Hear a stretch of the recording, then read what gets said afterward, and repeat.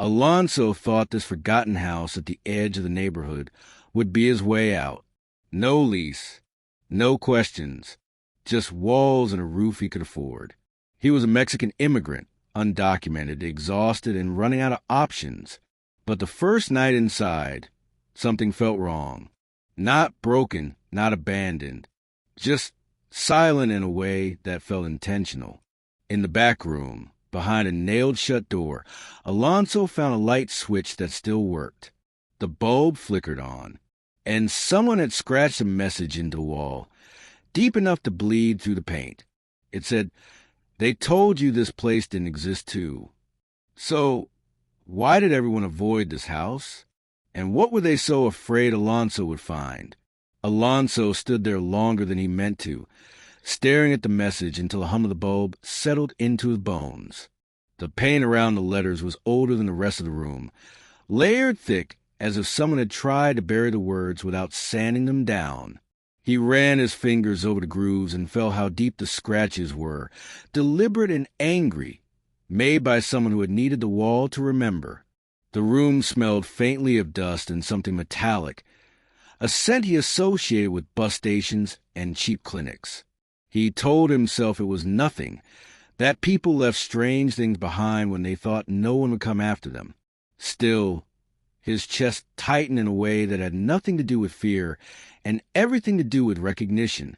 The sentence felt less like a warning and more like an accusation, as if the wall itself had been waiting for him. Alonso shut off the light and closed the door, already aware that the dark felt less honest than the glow had been. That night, he slept on the floor of the front room, wrapped in his jacket, listening to the house settle around him. Every creak sounded measured, like footsteps pacing above him, even though the place had only one story. He had lived in worse conditions before, places where strangers argued through thin walls and police sirens cut sleep into pieces.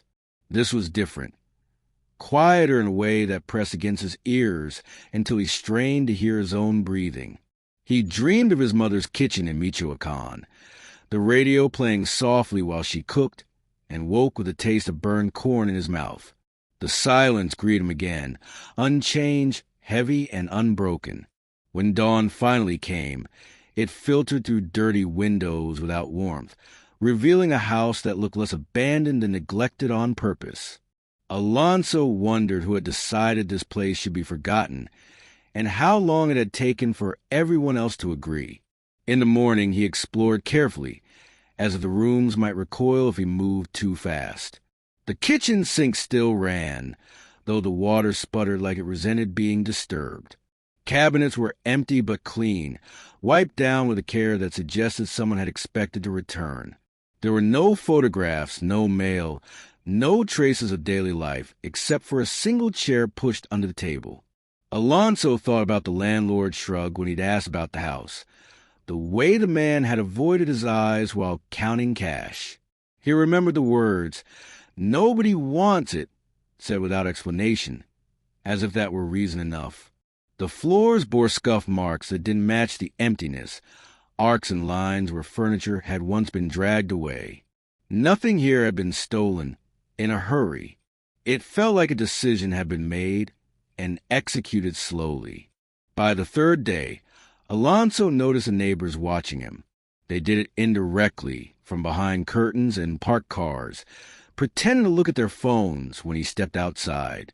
He was used to being observed, used to the weight of other people's suspicions settling on his shoulders. This was different, too, less hostile and more confused, like they were trying to reconcile his presence with something they had already accepted as fact. One woman across the street crossed herself when she saw him unlock the door. An older man shook his head and walked away before Alonso could greet him. The house, it seemed, had been empty in a way that people relied on. Alonso began to feel as though he had interrupted an unspoken agreement. He found the second message by accident, behind a loose baseboard in the hallway. It was written in pencil this time, faint but legible, pressed into the wood hard enough to leave an imprint. The handwriting was different from the wall, smaller and more careful, as if whoever wrote it had hoped to erase it later. It said, If you can read this, they failed, followed by a date from 8 years earlier. Alonso sat on the floor and read it again, his mind counting backward through his own life, through borders crossed and names shortened to fit. 8 years ago, he had still believed he could disappear by moving far enough. The thought that someone else had tried the same thing here made his throat ache. He wondered who they were and what failure had looked like in this quiet house. The pencil marks trembled under his fingers like a pulse. At night, he began to hear sounds that didn't belong to the house settling. They were subtle. A soft scrape behind the walls, a thud that suggested something being shifted carefully. Alonso checked the locks, the windows, the crawl space beneath the house. Everything was sealed, undisturbed, as it had been when he arrived. He told himself old buildings carried noise the way old men carry grudges, refusing to let go. Still, he slept less, his body tense even when his mind tried to rest. He found himself listening for patterns, for repetition, for proof that the sounds meant something. Each time they stopped just before he reached the source, as if whatever made them knew when he was coming. Alonso began to understand that silence here was not absence but restraint. On the 5th day, he met Marta, the woman from the corner house. When she finally spoke to him, she was in her late 50s, hair pulled tight, hands scarred from years of work she didn't name. She asked him how long he planned to stay, her voice polite but brittle, and did not wait for his answer before warning him about the winters. Alonso thanked her and told her he could handle cold, that he had handled worse. She looked at him then, really looked, and something like regret flickered across her face. "People who live there don't stay," she said, nodding toward the house without turning her head. Alonso asked why, and Marta pressed her lips together until they thinned. "Because some places don't let you," she said, and walked away as if she'd said too much. That evening, Alonso searched city records at the public library, careful to keep his head down. The house's address yielded little. Gaps where information should have been, years listed as vacant despite signs of occupancy. One name appeared briefly, then vanished from subsequent documents, replaced by a corporate placeholder that led nowhere. Alonso copied what he could by hand, afraid to leave a digital trail he couldn't control. He felt the old fear stir, the one that came with knowing how easily he could be erased. The thought that someone else had already been erased here made his hands shake. He wondered if the house was a hiding place, or a trap designed to look like one.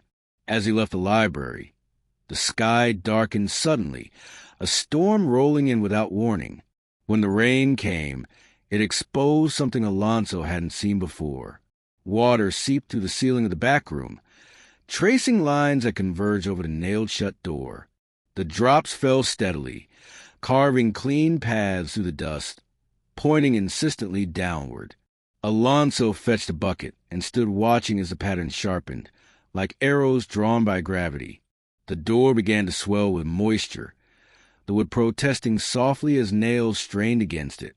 Alonso felt a pull in his chest, equal parts dread and relief, as if the house itself had decided to speak.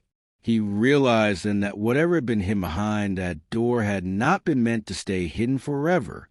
The question was whether it had been waiting for him specifically, or simply for someone desperate enough to open it. The next morning, Alonso left the house before sunrise, moving through the neighborhood with a caution that had become second nature to him. He took a longer route to the bus stop, doubling back once to be sure he was not followed, the habits of survival resurfacing without effort. At work, he washed dishes in silence, the clatter and steam offering a temporary cover for his thoughts. Every face around him looked suddenly doubled, one version ordinary, the other potentially watching. He wondered how many people lived like this without naming it, carrying fear as a background condition. When his shift ended, he did not go straight home, choosing instead to sit in a crowded cafe where anonymity felt earned. He opened the notebook he had kept and read the final unfinished sentence again, letting its urgency settle into him. By the time he stood to leave, he knew he could not keep this knowledge contained much longer. He went to the community center on the edge of downtown, a place that offered language classes and legal clinics in exchange for donations and trust. Alonso had volunteered there once, years ago, long enough to know which doors stayed open late. Inside, the air smelled of old coffee and paper, comforting in its familiarity. He found Lucia in a back office, sorting pamphlets with the meticulous care of someone who believed order could still matter. She looked up in surprise when she saw him, her expression softening with recognition. Lucia had an old sadness in her eyes, the kind that came from helping too many people disappear despite her efforts. Alonso asked if she had time, and when she nodded, he closed the door behind him. He told her about the house slowly, choosing his words as if placing fragile objects on a table. He described the messages, the boxes, the notebooks, and finally the man who called himself an inspector. Lucia listened without interrupting, her hands still, her face growing more guarded with every detail. When Alonso showed her the photograph, she inhaled sharply, then covered her mouth as if to keep something from escaping. She recognized a man, she said, though she did not know his name. He had come asking questions years ago about clients who would stop returning calls. She had assumed then that silence meant relocation, or fear.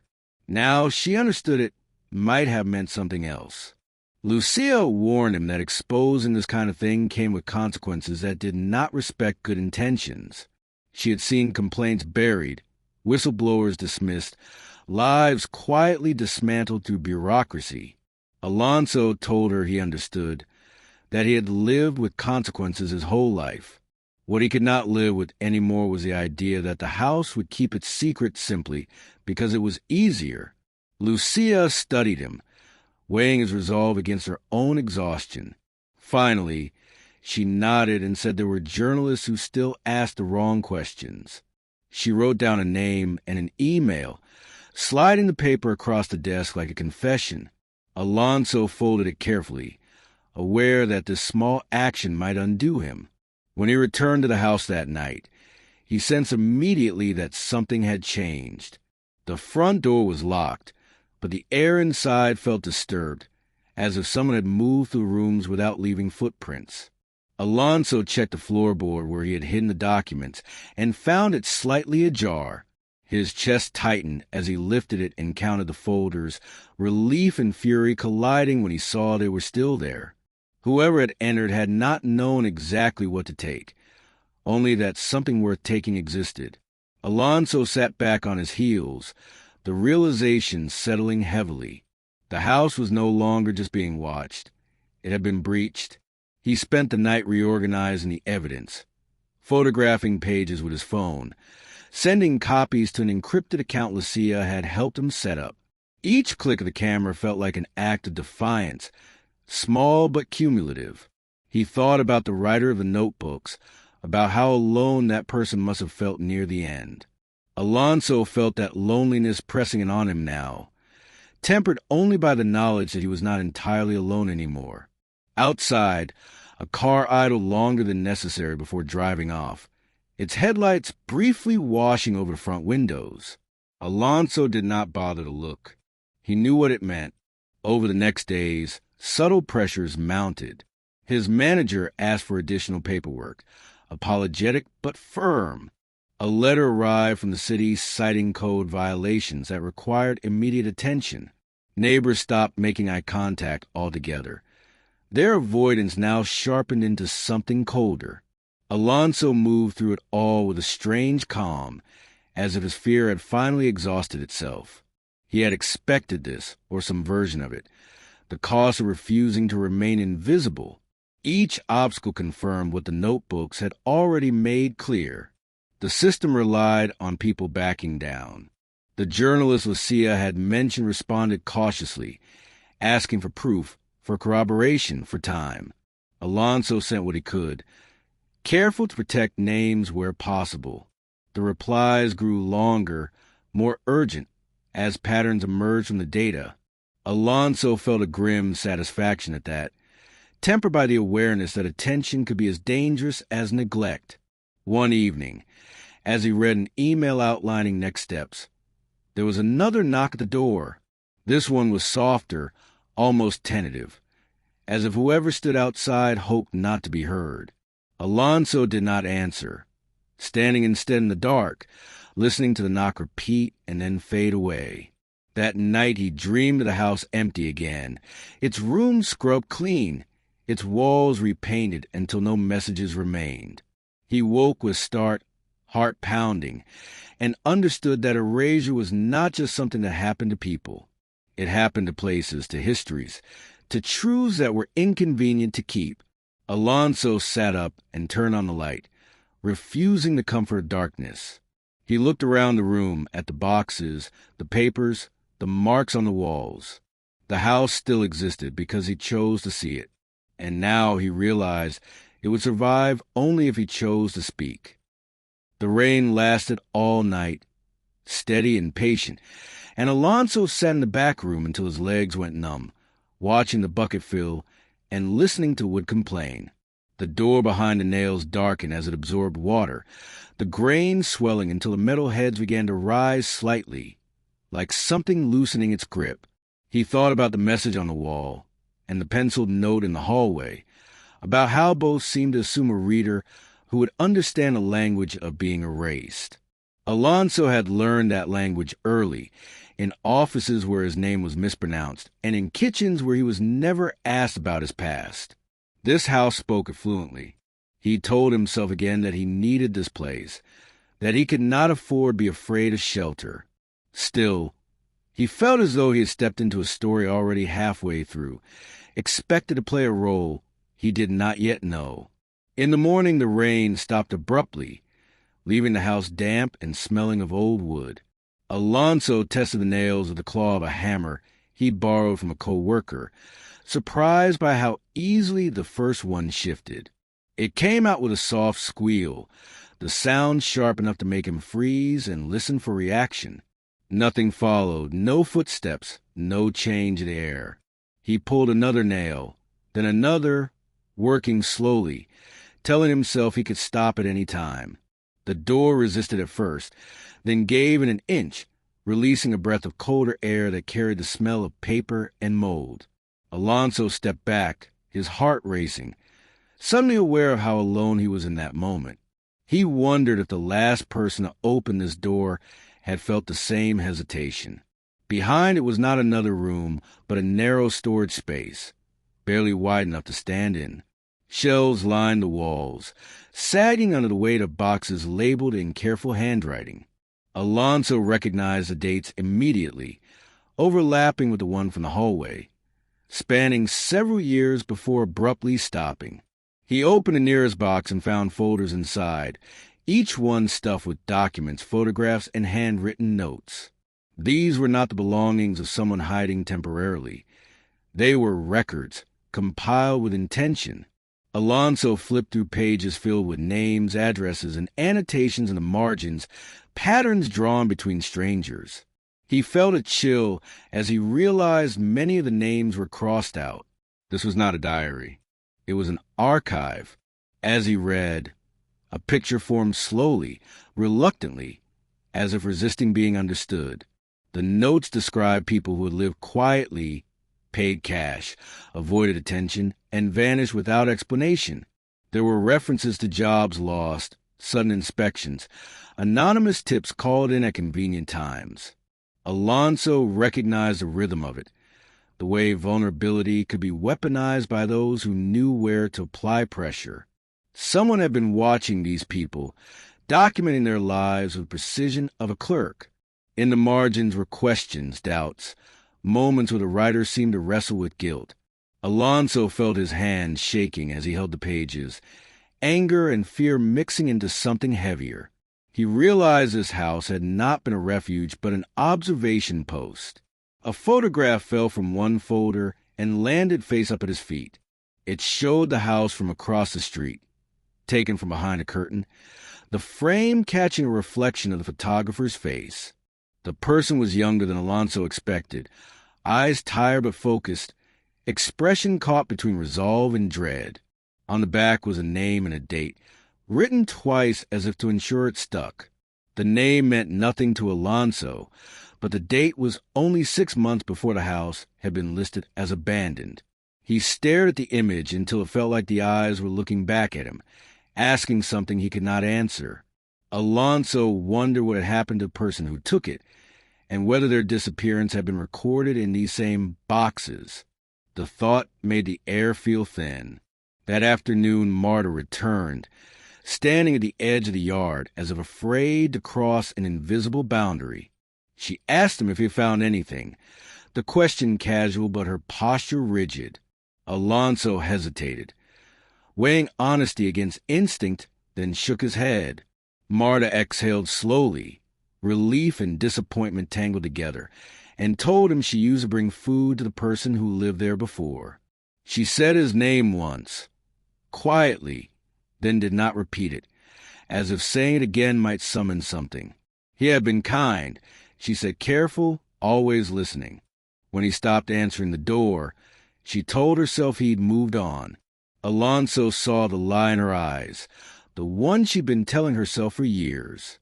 After she left, Alonso returned to the storage space and found a final box pushed into the corner. Inside was a stack of notebooks, the last pages filled with frantic handwriting that grew harder to read as it went on. The writer described being followed, of realizing the house was known, that the silence was not protection but camouflage. There were mentions of officials, neighbors pressured into compliance, systems that fed on cooperation. Alonso read until his eyes burned, until the words blurred together into a single message. The writer had tried to expose what was happening, to leave evidence behind for someone else to find. The final entry ended mid-sentence, ink pooled where the pen had stopped. Alonso closed the notebook gently, as if it might break. That night, he did not sleep. He sat at the table with the photograph and the notebooks, listening to the neighborhood breathe around him. Cars passed. Dogs barked. Life went on as if nothing had changed. Alonso felt a responsibility settle on him, heavy and unwanted. He thought about leaving, about how easy it would be to walk away and pretend he had never opened the door. But the messages had been meant for someone like him, someone who knew what it was to be told they did not exist. He realized that the house was no longer just shelter. It was a question. Near dawn, there was a knock at the door, firm and deliberate, the sound cutting through the quiet with practiced confidence. Alonso froze, every muscle tightening as memories of other doors and other knocks flooded back. He had not told anyone about the boxes, about what he'd found. The knock came again, followed by a voice asking if anyone was home, polite and official. Alonso looked at the table, at the evidence spread before him, and understood that the silence he'd felt on his first night had been waiting for this moment. Whoever stood outside knew the house existed after all, and now they knew he did too. Alonso did not answer the door immediately, choosing instead to steady his breathing and listen for anything beyond the voice outside. The man spoke again, identifying himself as a city inspector, his tone practiced and neutral, as if this were a routine visit. Alonso had heard that tone before, in offices where questions were framed as help and consequences hid behind smiles. He gathered the notebooks and folders, shoving them back into boxes with shaking hands, aware that every second stretched the silence thinner. The knock came a third time, firmer now, impatience creeping in at the edges. Alonso wiped his palms on his jeans and moved toward the door, feeling the weight of the house settle around him. He reminded himself that fear alone could not decide his next step. When he opened the door, the man stood alone on the porch, clipboard tucked under one arm. He was in his early 40s, hair thinning, eyes alert without being aggressive. He introduced himself as Daniel Rourke and glanced past Alonso into the dim interior with a familiarity that felt invasive. He asked how long Alonso had been living there, his pen already poised over the paper. Alonso answered carefully, keeping his voice steady, offering only what was necessary. Rourke nodded, making notes, his gaze drifting to the windows, the eaves, the yard. There was no uniform, no badge, but something about his confidence suggested authority borrowed from repetition. Alonso wondered how many doors this man had knocked on before, and how many had opened. Rourke mentioned complaints from neighbors, concerns about safety, about an empty house being occupied without proper permits. Alonso recognized the language immediately, the way community was invoked to justify intrusion. He apologized and said he would comply with whatever inspections were required, choosing submission over confrontation.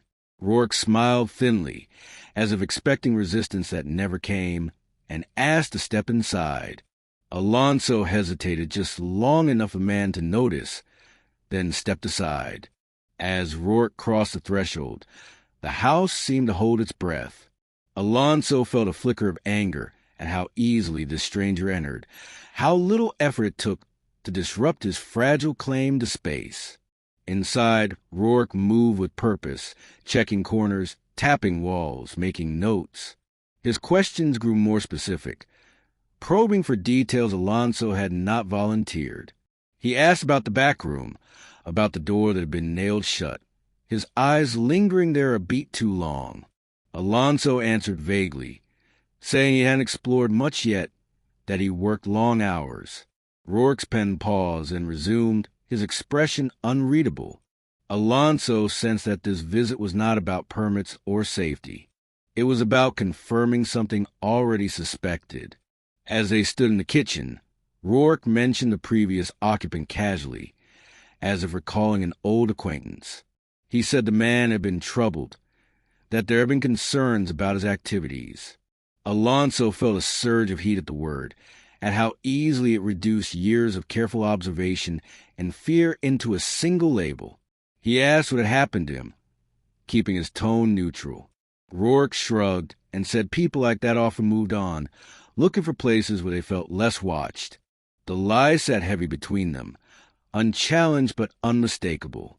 Alonso realized then that Rourke knew exactly what had been kept in the house. The inspection ended without incident, Rourke handing Alonso a notice about minor repairs and a follow-up visit. At the door, he paused and looked back, his gaze lingering on Alonso with something like curiosity. He said it was good to see someone making use of a place everyone else had given up on. The words sounded almost sincere, but the smile did not reach his eyes. As he left, Alonso watched him walk down the street, noting how neighbors emerged briefly to observe, then retreated. The performance had been for all of them. Alonso closed the door and leaned against it, his legs weak. That afternoon, Alonso returned to the boxes with renewed urgency. He reread the notebooks, now seeing patterns he had missed before. The writer had documented visits, inspections, casual conversations at mass surveillance. There were descriptions of a man matching Rourke's appearance, his name mentioned once and circled heavily. Alonso felt a grim clarity settle in as he understood the scope of it.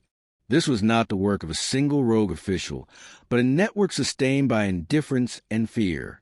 The house had been used to map disappearances that no one wanted to name. Alonso wondered how many stories had ended quietly because no one had chosen to tell them. As night fell, Alonso made a decision he had been avoiding. He packed a bag with essentials and hid the most damning documents beneath a loose floorboard. He left out the photograph and one notebook, placing them on the table where they could not be missed. He did not know yet what he would do with them, only that doing nothing was no longer an option. The house felt different now, less oppressive and more expectant. Alonso sensed that by staying, he had already crossed a line. Later, as he lay on the floor, sleep finally overtaking him, Alonso dreamed of doors opening one after another, each revealing another room full of names. He woke before dawn with a plan forming, fragile but insistent. He would not disappear quietly. The silence that had protected this place would not protect it anymore. Outside, the street was still, the houses lined up in obedient rows. Unaware of the choice he had made inside one of them, Alonso stared at the ceiling and wondered who would knock next and whether he would be ready when they did. The days that followed blurred together in a rhythm Alonso had never known before, one defined less by survival than by vigilance. He went to work, returned home, answered emails, and waited, always waited, for the next interruption. Sleep came in fragments, shallow and easily broken, his mind replaying conversations and footsteps with equal intensity. The house seemed to echo his unrest, its usual silence punctured now by the faintest sounds, a floorboard settling, a pipe ticking as if counting time. Alonso found himself talking to the walls, not out of madness but out of necessity, grounding himself in the reality of his surroundings.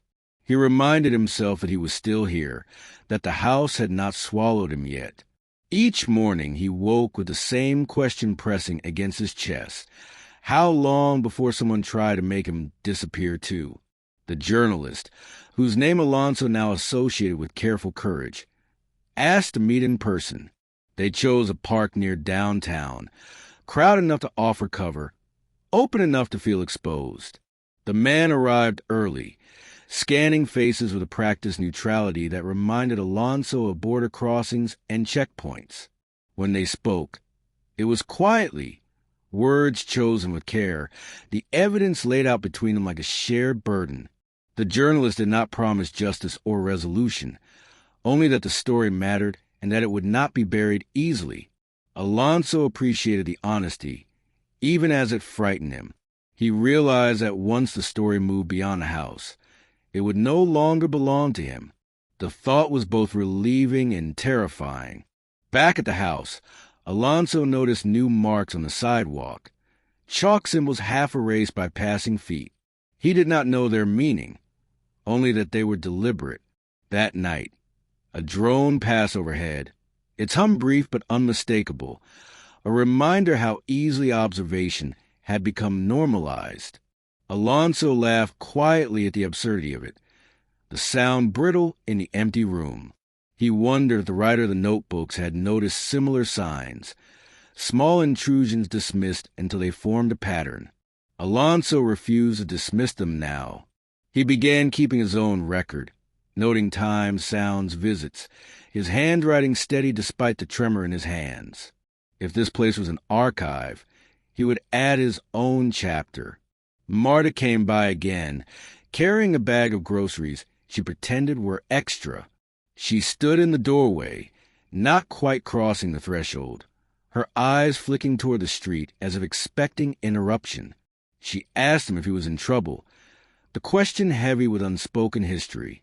Alonso told her the truth, as gently as he could, that the house had been used to watch people like him, that someone had tried to hide that fact. Marta's shoulders sagged, the weight of years settling visibly into her frame. She admitted then that she had known more than she'd said, that she had been warned once to stop asking questions. Her regret filled the space between them, shared and unresolved. Alonso thanked her for the groceries, for the honesty, and watched as she walked away, smaller somehow than before. The article was published on a Tuesday morning, its headline careful but unmistakable. Alonso read it 3 times, his heart pounding harder with each pass. Names were redacted, systems described without accusation, patterns laid bare through evidence rather than outrage.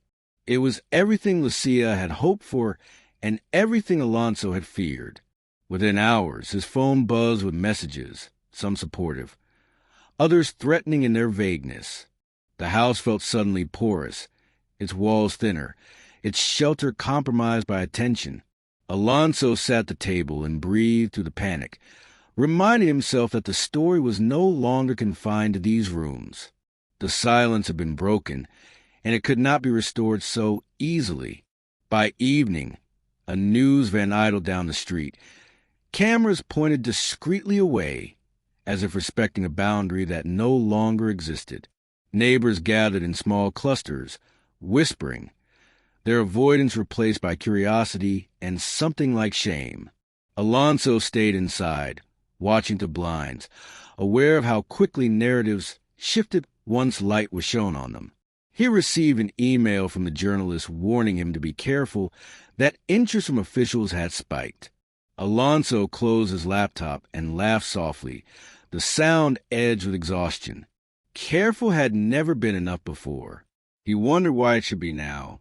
That night, the knock came again, louder this time, accompanied by voices. Alonso did not answer. He sat on the floor with his back against the wall, listening as frustration bled into anger outside. Eventually, the voices faded, replaced by the low murmur of engines and radios. Alonso remained still long after, his body aching from tension. He thought about the writer of the notebooks, about the unfinished sentence, about how close that person had come to being heard. Alonso understood now that survival was not the same as safety. Some truths demanded to be carried even when they endangered the one who held them. In the early hours of the morning, Alonso made a choice he had been circling for days. He packed the remaining documents into a bag and left the house quietly, locking the door behind him. He did not know if he would return. As he walked away, the house stood dark and ordinary, indistinguishable from the others. Alonso felt a surge of grief for it, for what it had contained and what it had endured. He knew then that places, like people, could be wounded by silence, and that sometimes leaving was the only way to ensure their story survived. Alonso stayed with Lucia for 2 nights, sleeping on a couch that smelled of detergent and old books, the unfamiliar comfort making rest feel undeserved. From her apartment window, he watched the city move with indifferent purpose, buses groaning past murals that promised hope in bright colors. He checked his phone obsessively, half expecting it to go dark, half expecting it to explode with demands he could not meet. Messages from the journalist slowed, then stopped, replaced by a single note advising patience. Alonso understood what that meant, that attention had reached a level where caution became necessary. He felt suspended between outcomes, unable to move forward or back. The waiting gnawed at him more than fear ever had. On the 3rd day, Lucia told him he could not stay much longer, not because she did not want to help, but because help had limits shaped by reality. She spoke gently, shame threaded through her words, and Alonso assured her he understood.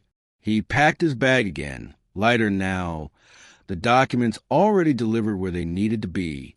Before he left, Lucia pressed a slip of paper into his hand with an address across town, a friend of a friend who rented rooms no questions asked. Alonso thanked her and hugged her, feeling the fragility of connections forged under pressure. He stepped back into the street with the practiced calm of someone used to starting over. This time, though, he carried something heavier than belongings. The new place was smaller and louder, tucked above a laundromat where machines rattled day and night. Alonso welcomed the noise, the way it masked his thoughts and made silence impossible. He took extra shifts at work, keeping his head down, his routine unremarkable. The article continued to ripple outward, spawning follow-ups and cautious statements from officials promising reviews and transparency. Alonso watched it all from a distance, wary of becoming visible again too soon. He wondered if the house had been boarded up by now, if the messages on the walls had been painted over. The thought tightened his chest, a reminder that exposure did not guarantee preservation. One evening, as he folded clothes amid the hiss of steam and spinning drums, Alonso noticed a man watching him from across the room. The man's gaze lingered too long, his posture too attentive to be casual. Alonso met his eyes briefly, then looked away, his pulse quickening. When he left, the man followed at a distance, never close enough to confront, never far enough to dismiss. Alonso took a series of turns, ducked into a crowded market, and emerged alone on the other side. He stood there breathing hard, the old instincts sharp and unforgiving. The story might have shifted, but the watchers had not vanished. Days later, Alonso received an envelope with no return address slid under his door. Inside was a single photograph, newer than the one from the house. It showed the front of a forgotten home, windows boarded, a notice posted on the door declaring it unfit for occupancy. On the back, written in careful handwriting, were the words, "You did what you could." Alonso sat on the edge of his bed and stared at the image until his eyes burned. He did not know who had sent it, whether it was meant as comfort or closure. The house, it seemed, had been sealed into absence again. That night Alonso dreamed of the notebooks, of pages turning themselves in the dark. He saw the writer's unfinished sentence finally completed, the ink flowing steady and sure. When he woke, the dream lingered, leaving him with a sense of obligation that refused to fade. He realized then that telling the story once had not been enough. Systems adapted, absorbed damage, and continued. Silence returned in new forms, quieter and more efficient. Alonso understood that the house had been one node in a larger pattern, and that pattern survived by being unnamed. He began to write in earnest, not just notes but narratives, connecting fragments into something coherent. He wrote about the house, about the people who had passed through it, about the way fear and cooperation intertwined. He stripped away names where necessary, focused instead on mechanisms and choices. Writing became his anchor, a way to assert existence against forces that preferred erasure. He sent pieces anonymously to small outlets, community newsletters, anyone who would listen without asking too much. Each publication felt like a small victory, fragile but real. Months passed, and the immediate danger receded without ever fully disappearing. Alonso moved again, then again, each place temporary but livable. The house faded from public conversation, replaced by new scandals and new promises. Yet Alonso carried it with him, a fixed point in his memory. He understood now that survival did not end with escape.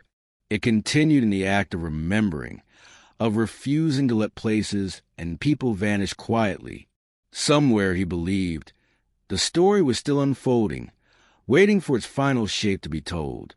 The resolution came quietly, as most endings did, without announcements or apologies. Alonso learned through a chain of careful messages that the man who had called himself an inspector had retired early, citing health reasons, his name disappearing from public listings with practice efficiency.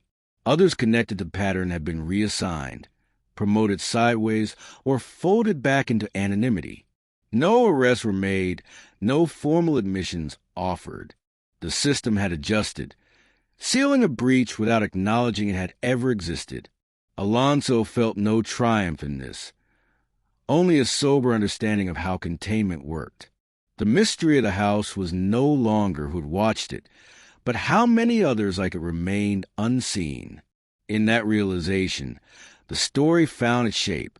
He returned to the neighborhood once, years after he had left, walking past the lot where the house had stood. A new structure occupied the space. Clean and unremarkable, its paint too fresh to hold memory. Children played in the yard, their laughter careless and real. Alonso stood across the street and felt the weight of layered lives beneath the concrete. Nothing marked would have been there before, no plaque or warning. Only absence smoothed into acceptability. He understood then that erasure was most effective when it looked like renewal. The house no longer existed in any official sense, but that did not mean it was gone. What survived were the stories that had escaped it. The notebooks, the article, the quiet exchanges between people who recognized themselves in fragments of truth.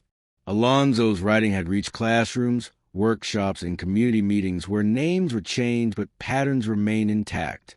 He listened once as someone described a situation identical to the house, unfolding in another city, another state. The familiarity was chilling, but it was no longer paralyzing. The story had done its work by traveling. It had taught people what to look for. Alonso finally finished the piece he had been circling for years, the one that began with a man looking for shelter and ended with a choice to speak.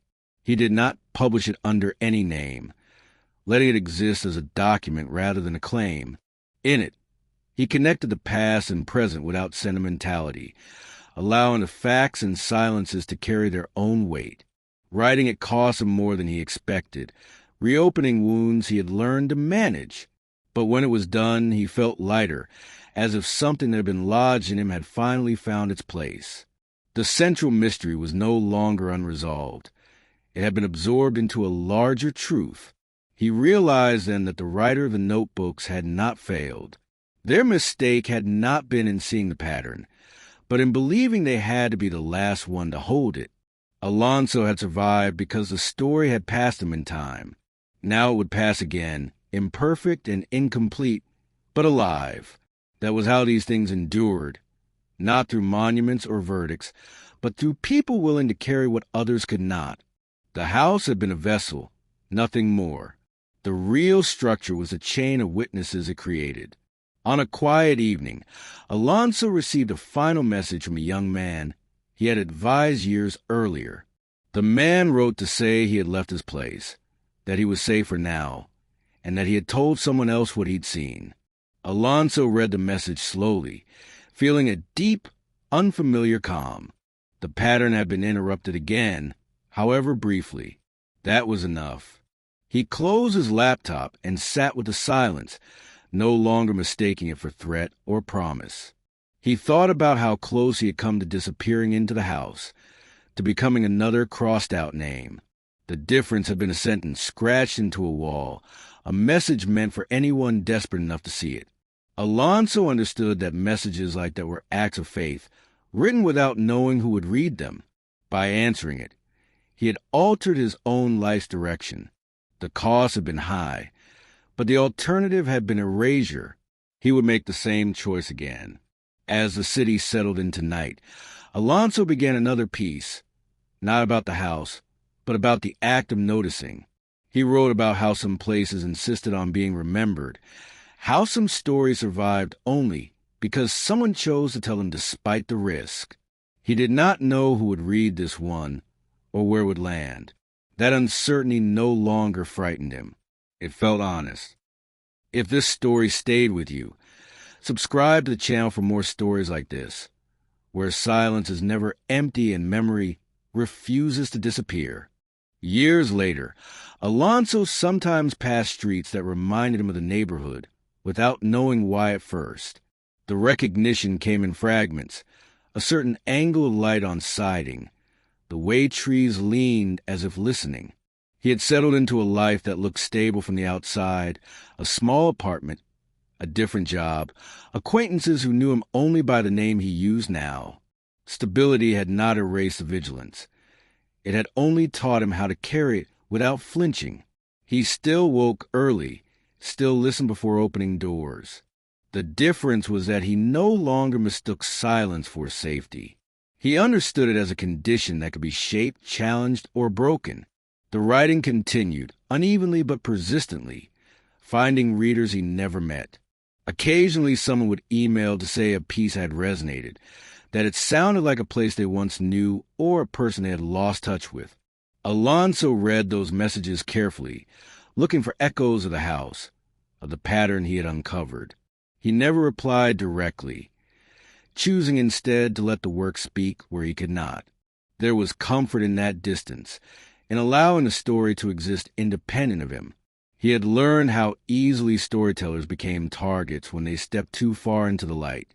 Remaining partially unseen felt like a compromise he could live with. One afternoon, while helping a neighbor move furniture, Alonso heard a familiar name spoken casually in conversation. It took him a moment to place it, the sound stirring an old unease. The neighbor mentioned an official investigation that had quietly concluded years earlier, one that found procedural errors but no wrongdoing. Alonso felt a dull ache settle behind his eyes. He had expected as much, knew that systems rarely condemn themselves in clear language. Still, the finality of it stung, the way it suggested closure where none existed.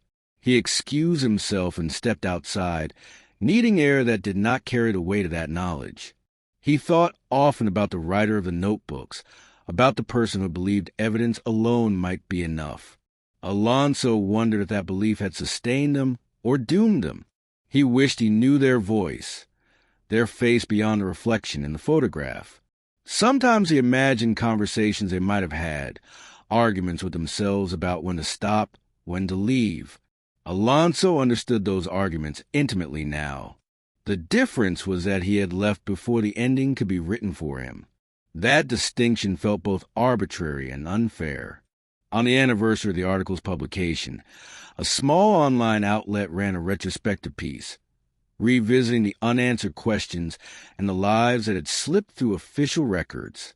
Alonso read it in the quiet of his apartment, his name absent, the house mentioned only obliquely. He felt a surprising sense of peace at that. The story had outgrown its origin, becoming something larger and harder to contain. That was what survival looked like for a truth like this. Not resolution, but persistence. Alonso closed his laptop and sat with the feeling until it settled. That evening, he received a message from a young man asking for advice. The man said he was living in a place no one else seemed to acknowledge, that he felt watched, erased in small ways that added up. Alonso read the message twice, his chest tightening with recognition. He considered the risks, the responsibility implicit in answering. Then he wrote back, carefully, offering guidance without promises, urging caution without surrender. He understood now that stories were passed hand to hand, not delivered from above. Each telling carried the weight of choice.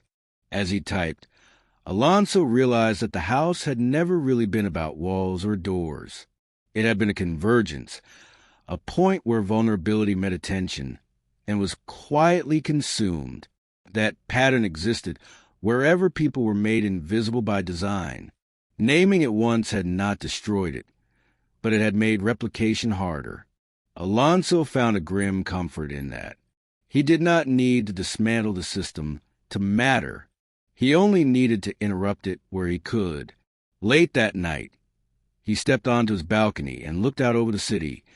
Lights scattered like constellations with no fixed meaning. Somewhere he knew the house still existed in memory, if nowhere else. Its messages lived on in fragments, in warnings passed quietly between those who needed them. Alonso felt a familiar ache of uncertainty, but it no longer paralyzed him. He had become part of the story's movement, not its endpoint. The only question left was how much longer he would be willing to carry it forward.